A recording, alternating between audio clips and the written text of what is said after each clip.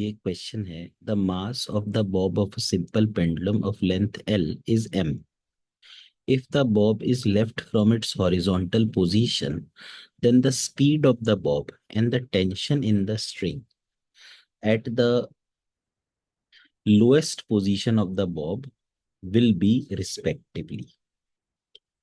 अब इसमें ये कह रहे हैं कि इस तरीके से छोड़ा गया है यहां से, और जब ये इस तरीके से चलते हुए यहां पर आता है तो हमें इसकी स्पीड बतानी है। तो अगर हम यहां पर रेफरेंस लाइन बना दें यहां पर, तो शुरू में पोटेंशियल एनर्जी कितनी है mgl, और बाद में यही जो है ये हाफ mv² है। तो यहां से v आ गया √2gl, तो वेलोसिटी √2gl आ गई। और अब यहाँ पे अगर देखा जाए तो जो टेंशन होगी, टेंशन T0 ऊपर लिख दी, mg नीचे, तो हम लिखेंगे T0 minus mg is equal to m v0² तो T0 minus mg is equal to m, और v0² मतलब हो गया 2gl/l। तो यहां से T0 की वैल्यू आ गई mg प्लस 2mg, यानी T0 आ गया 3mg। ठीक है, तो इसका आंसर हो गया, जो करेक्ट आंसर होगा वो होगा √2gl एंड 3mg। चलो अगला क्वेश्चन देखते हैं। इसमें लिखा है stone of mass 1 kg is tied to the end of a string of 1 metre length. It is whirled in a vertical circle. If the velocity of the stone at the top is 4 meter per second, what is the tension in the string at this instant? तो यहाँ पे आप देखिए ये एक vertical circle है, ये एक वर्टिकल सर्कल है, बना देते हैं दोबारा से।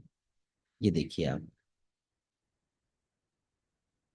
ये एक वर्टिकल सर्कल है, इसमें टॉप मोस्ट पॉइंट पर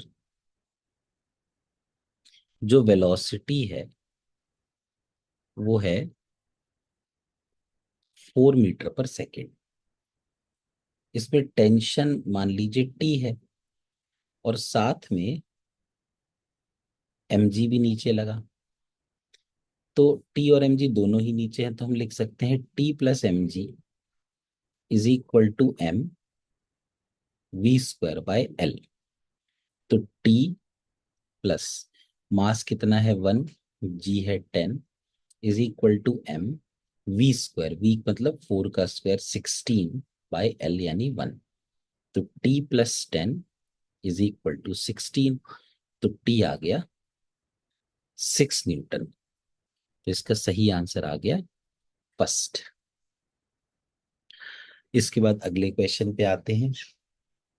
लिखा है कि in a vertical circle at what point in its path a particle may have tension equal to 0। देखो जब भी कोई पार्टिकल ऐसे सर्कल में चलता है, वर्टिकल सर्कल में, तो टेंशन के 0 होने के जो सबसे ज्यादा चांसेस होते हैं वो इस टॉप मोस्ट पॉइंट पे होते हैं। तो इसका मतलब ये हुआ कि at the highest point it may have tension equal to 0। इसके बाद देखो अगला, a stone attached to one end of a string is whirled in a vertical circle. The tension in the string is maximum when? Tension कब maximum होगी? तो जब भी कोई वर्टिकल सर्कल में पार्टिकल चलता है तो जो टेंशन है वो सबसे ज्यादा होती है T0, जो कि बॉटम मोस्ट पॉइंट पर होती है। तो पहला है स्ट्रिंग इज हॉरिजॉन्टल, ये गलत हो गया। दूसरा string is vertical with the stone eight the highest position, ये भी गलत हो गया। String is vertical with the stone eight the lowest position, तो इसका जो आंसर है वो है थर्ड।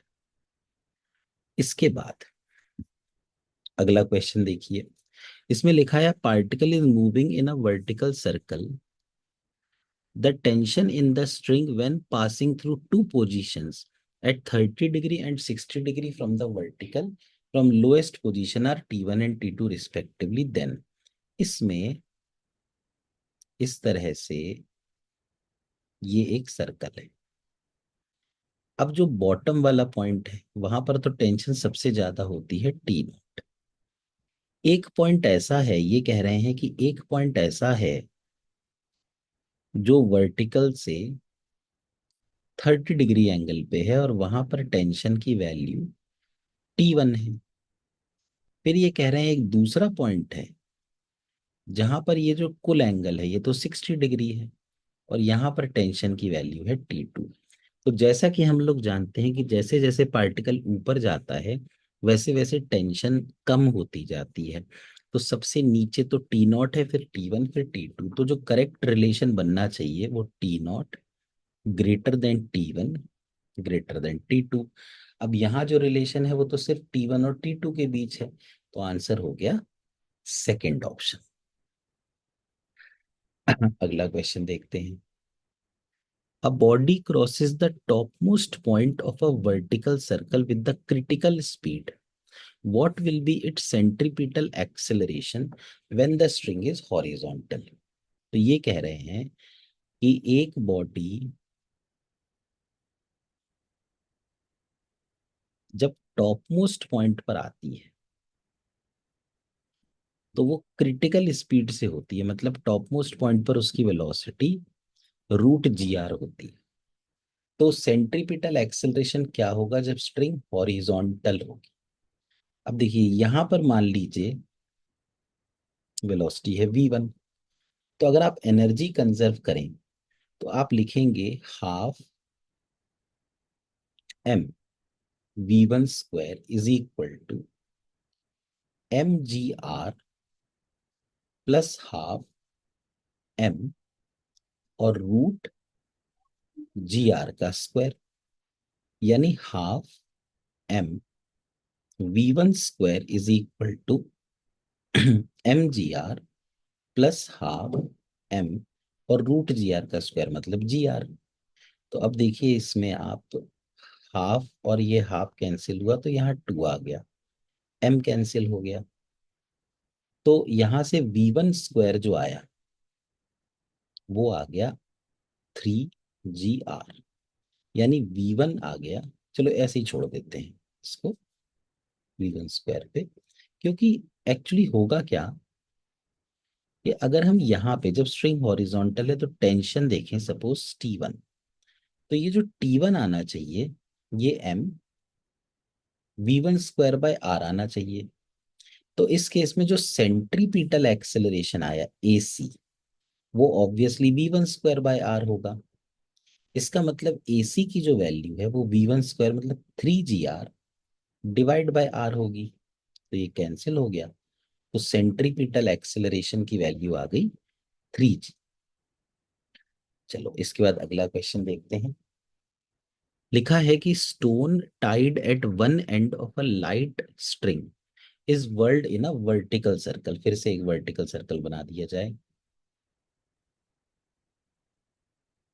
फिर लिख रहे हैं if the difference between the maximum and minimum tension is 2 kg wait.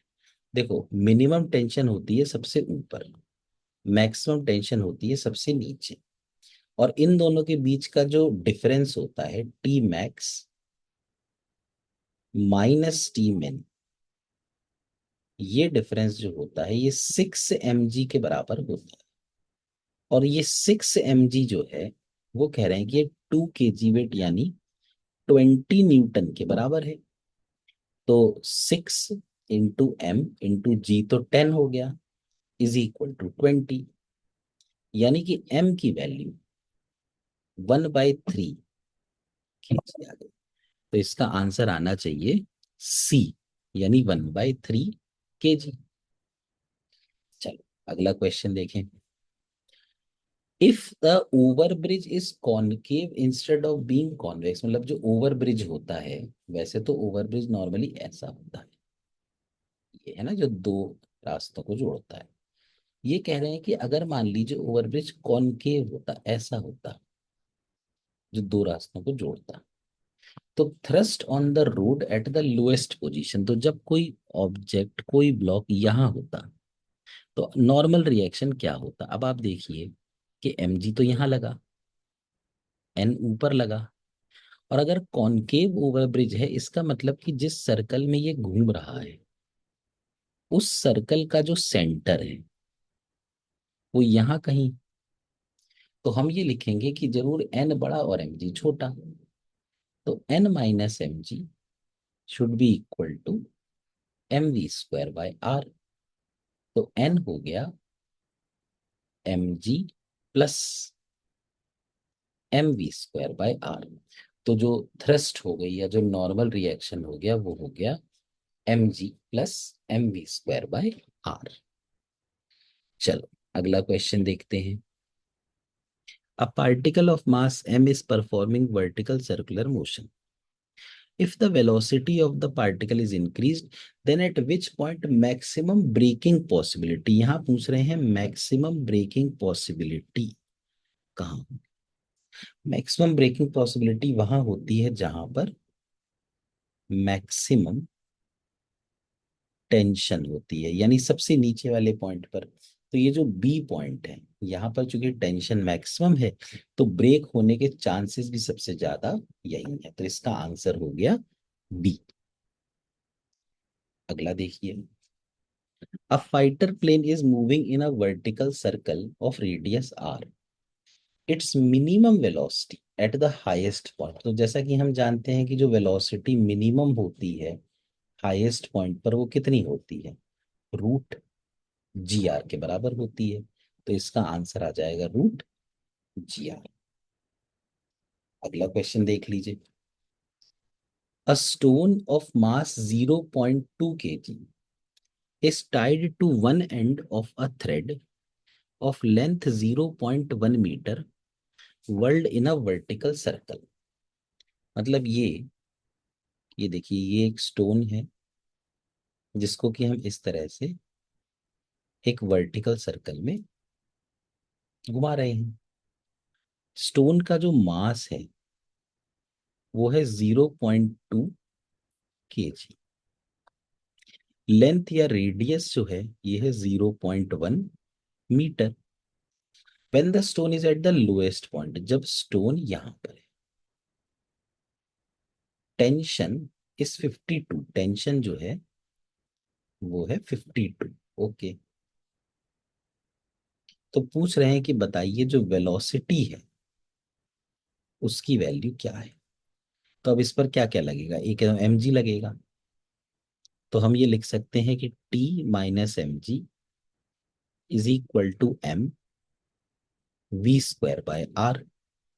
तो टी यानी 52 माइनस एम यानी 0.2, जी मतलब 10 is equal to again M यानी 0.2 और V square by R, R यानी कि 0.1।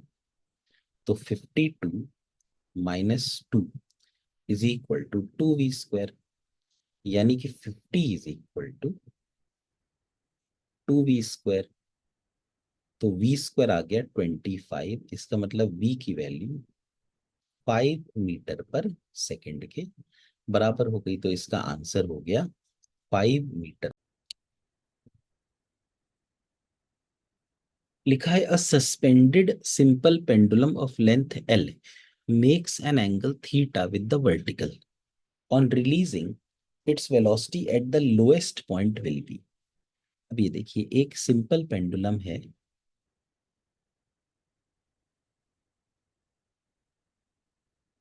जो वर्टिकल के साथ थीटा एंगल बनाता है। अब जब हम इसको छोड़ेंगे तो ये यहां पर आएगा, और इस समय इसकी जो वेलोसिटी है मान लो वो v हो जाएगी। तो अगर आप यहाँ पे देखें तो ये तो l है, और ये वाला जो डिस्टेंस है ये है एल कॉस थीटा। तो जो इतना डिस्टेंस होगा ये होगा L minus L cos theta. तो यदि हम सपोज यहाँ पे रेफरेंस लाइन बना दें, ये हम रेड कलर की लाइन रेफरेंस लाइन बना देते हैं, तो स्टार्टिंग में पार्टिकल जो यहाँ पर है ग्रीन से जिसको डिनोट किया, तो वहां पर उसकी पोटेंशियल एनर्जी है एम जी एल और ब्रैकेट में 1 - cos थीटा। अब ये जो पोटेंशियल एनर्जी है नीचे आकर ये काइनेटिक एनर्जी में कन्वर्ट हो गई, तो हाफ एम वी स्क्वायर। देखिए एम से एम कैंसिल, तो वी आ गया √2 GL और ब्रैकेट में 1 - cos थीटा। तो इसका जो आंसर आ जाएगा वो आ जाएगा √2 GL और 1 - cos थीटा। ठीक है, और आते हैं आगे। ये देखिए ये क्वेश्चन है, इसमें लिखा है a bob hangs from a rigid support by an inextensible string of length L। If it is displaced through a distance L from the lowest position, keeping the string straight and released, the speed at the lowest point is। अच्छा, इसमें आप देखिए ये वाला distance L है, ये भी L है, और ऑब्वियसली ये भी L होगा, तो ये जो एंगल है ये सब एंगल्स 60 डिग्री हो जाएंगे। और अगर ये एंगल 60 डिग्री हो गए तो इसका मतलब ये हुआ कि इसको 60 डिग्री से छोड़ा गया है। तो अगर 60 डिग्री से छोड़ा गया है तो अभी अभी जो सवाल हमने किया था √2 GL 1 - cos थीटा, हमें बस यहाँ थीटा को 60 ही तो रखना है। तो √2 GL 1 - cos 60, cos 60 होता है 1/2, तो 2 GL और 1 - 1/2 यानी 1/2, तो वी आ गया √GL। तो इसका जो आंसर आ गया बी, वो आ गया √GL। चलो इसके बाद देखो, लिखा है keeping the banking angle of the road constant, the maximum safe speed of the passing vehicles is to be increased by 10%. Radius of curvature will have to be changed to from 20 metre to. अब देखो जब banking का angle theta होता है तो एक relation होता है tan theta is equal to V² / RG। वो कह रहे हैं कि थीटा को सेम रखना है लेकिन वेलोसिटी को 10% बढ़ाना है। मतलब कि जो नई वेलोसिटी है V डैश वो है V प्लस 10% ऑफ V, यानी V प्लस V/10, मतलब 11V/10, ये V डैश हो गया। तो वही tan थीटा पहले भी जो था वही, रेडियस R डैश हो गया, तो वही tan थीटा को हम लिख सकते हैं V डैश का square by R dash into g. तो V² / RG is equal to 11V/10 का square by R dash into g. तो ये बन गया, देखिए V से V कैंसिल हो गया, G से G कैंसिल हो गया, तो R डैश की वैल्यू आ गई 1.21 R। अब पुराना R कितना था 20, तो ये लिख सकते हैं 1.21 इंटू 20, तो दिस इज 24.2 मीटर। तो इसका आंसर आ गया 24.2 मीटर। चलो अगला क्वेश्चन देखो, इसमें लिखा है 3 identical particles are joined together by a thread as shown in the figure. All the 3 particles are moving in a horizontal plane if the velocity of the outermost particle is v0। अब देखो outermost particle, यहां पर मैं एक diagram आपको बना के दिखाता हूं। ये मान लीजिए कोई टेबल है इस तरह से, हॉरिजॉन्टल प्लेन है, और इस प्लेन में यहां पर 1, 2 और ये 3 पार्टिकल अब ये घूम रहे हैं।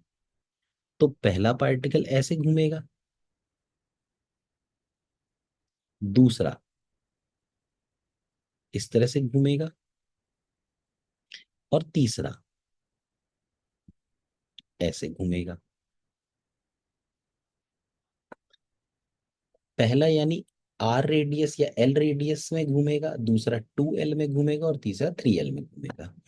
तीसरे पार्टिकल की वेलोसिटी इन्होंने v नॉट दे रखी है। तो होगा क्या कि तीनों ही पार्टिकल चूंकि एक साथ पूरा सर्कल कवर कर लेंगे, तो omega will be the same for all the particles. For all the particles omega will be same. अब ये जरूर है कि अगर हम स्ट्रिंग्स में टेंशन अलग अलग ले लें, जैसे यहाँ इस स्ट्रिंग में T1, इसमें T2 और इसमें T3, तो हम पहले पार्टिकल के लिए लिख सकते हैं इस तरफ T1 और इस तरफ T2। तो we can write that T1 minus T2 is equal to m l omega square. इसी तरह से यदि हम दूसरे पार्टिकल को देखें, तो दूसरे पार्टिकल के पे इस तरफ T2 लगा, फिर इधर लगा T3, तो हम दूसरे पार्टिकल के लिए लिख सकते हैं T2 minus T3 is equal to m, और चूंकि लेंथ है 2l, तो 2l ओमेगा स्क्वायर। और तीसरे पार्टिकल को अगर हम देखें, तो उस पर सिर्फ एक ही फोर्स लगेगी T3। तो तीसरे पार्टिकल के लिए हम लिख सकते हैं कि T3 है m into 3l into omega square. तो अब देखिए T3 की जो वैल्यू आ गई, वो आ गई 3 ml ओमेगा स्क्वायर। ये T3 आ गया। अब इस T3 को मैं इस इक्वेशन में रखता हूं, तो यहां से बनेगा T2 is equal to T3 plus 2 ml omega square. तो T3 कितना है, 3 ml ओमेगा स्क्वायर, तो 3 + 2 यानी T2 बन गया 5 ml ओमेगा स्क्वायर। ये है T2। और इस तरह से अगर हम T1 minus T2 ml omega square को देखें, तो T1 बन गया T2 plus ml omega square. तो T2 है 5 ml ओमेगा स्क्वायर, तो T1 हो गया 6 ml ओमेगा स्क्वायर। तो ये देखिए T1 भी आ गया, T2 भी आ गया, और T3 भी आ गया। तो जब आप इसका रेशियो लेंगे, तो 3:5:6, ये आंसर आएगा। तो इसका आंसर हो गया 3:5:6। चलो, अब अगला क्वेश्चन देखो। इसमें लिखा है stone is tied to a string of length L and is whirled in a vertical circle with the other end of the string at the center. At a certain instant of time, the stone is at its lowest position and has a speed u. The magnitude of the change in velocity as it reaches a position where the string is horizontal is. ये कहना चाह रहे हैं कि एक particle एक circle में घूम रहा है। जब वो सबसे नीचे वाले पॉइंट पे था, तब उसकी स्पीड कितनी थी, u। अब वो एक ऐसी जगह पहुंचा जहां पर स्ट्रिंग हॉरिजॉन्टल हो गई, तो हम ये जानते हैं कि यहाँ वेलोसिटी होती है √u² माइनस 2gl। तो कह रहे हैं कि बताइए चेंज इन वेलोसिटी कितना आया। तो यदि आप v इनिशियल को देखें, तो वो आया u_i। और यदि आप v फाइनल को देखें, तो वो आया √u² माइनस 2gl और j। तो जब हम v final minus v initial करें, है ना, वेक्टर के साथ, तो ये आएगा √u² minus 2gl j minus ui।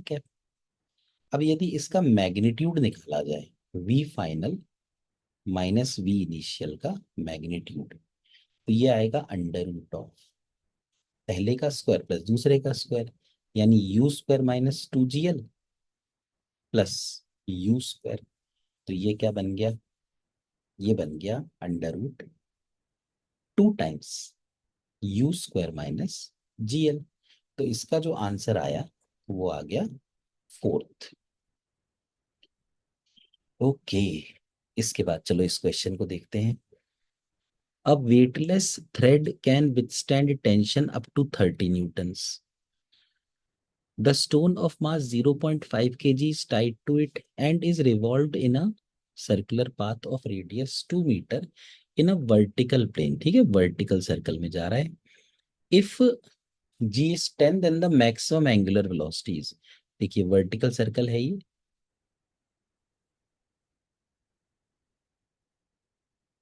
ये है स्टोन। अब इस पर टी जो मैक्सिमम टेंशन है वो तो 30 है।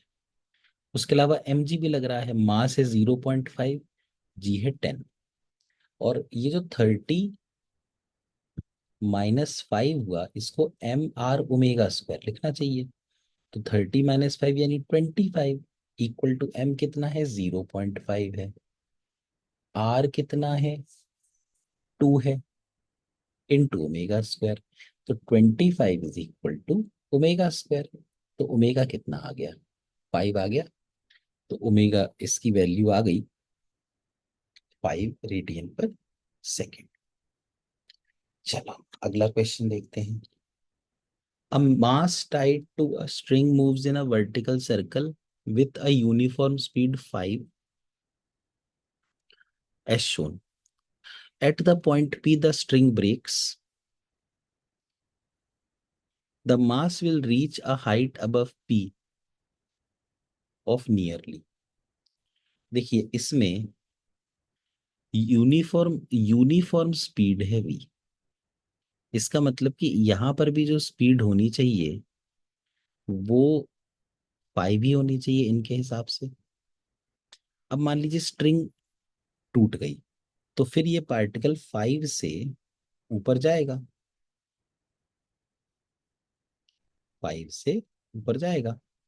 कितना ऊपर जाएगा, तो h होता था u² / 2g, यानी 5 का स्क्वायर यानी 25/2g यानी 2 × 10 यानी 25/20। तो h आ गया 1.25। मतलब कि इस p पॉइंट से कितना ऊपर मास जा सकता है, 1.25 मीटर।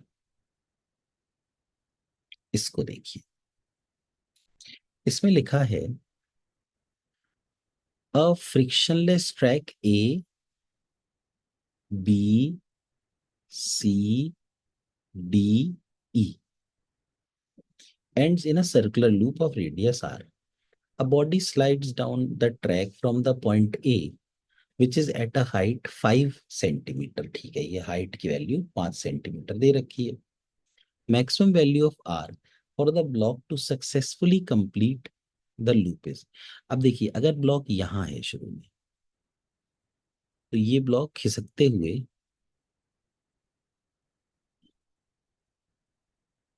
सबसे लोएस्ट पॉइंट पर आया।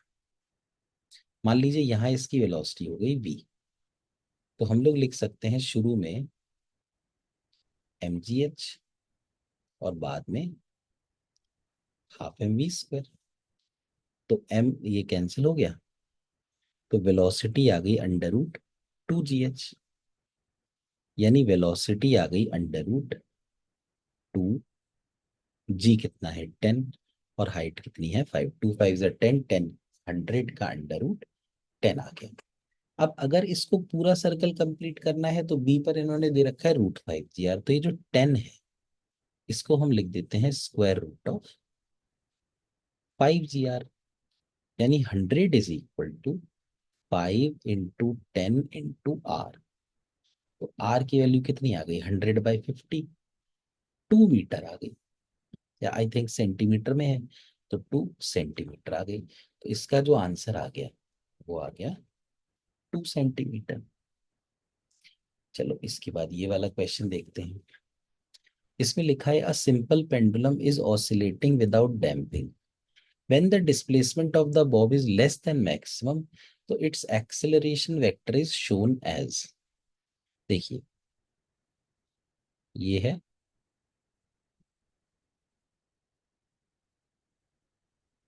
ये तो मीन पोजीशन हो गई।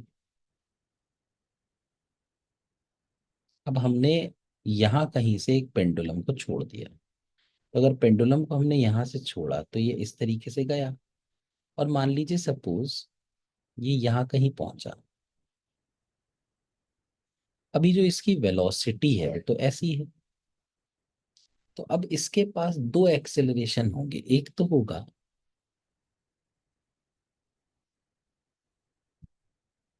सेंट्रीपिटल एक्सेलरेशन, और एक और होगा टेंजेंशियल एक्सेलरेशन। तो यदि आप दोनों एक्सेलरेशन का नेट करें तो वो एक्सेलरेशन कुछ इस तरह से आएगा, ए नेट। अब इन सब में सबसे अच्छा जो मैच करता है आंसर, वो है थर्ड, तो इसलिए थर्ड हो जाएगा।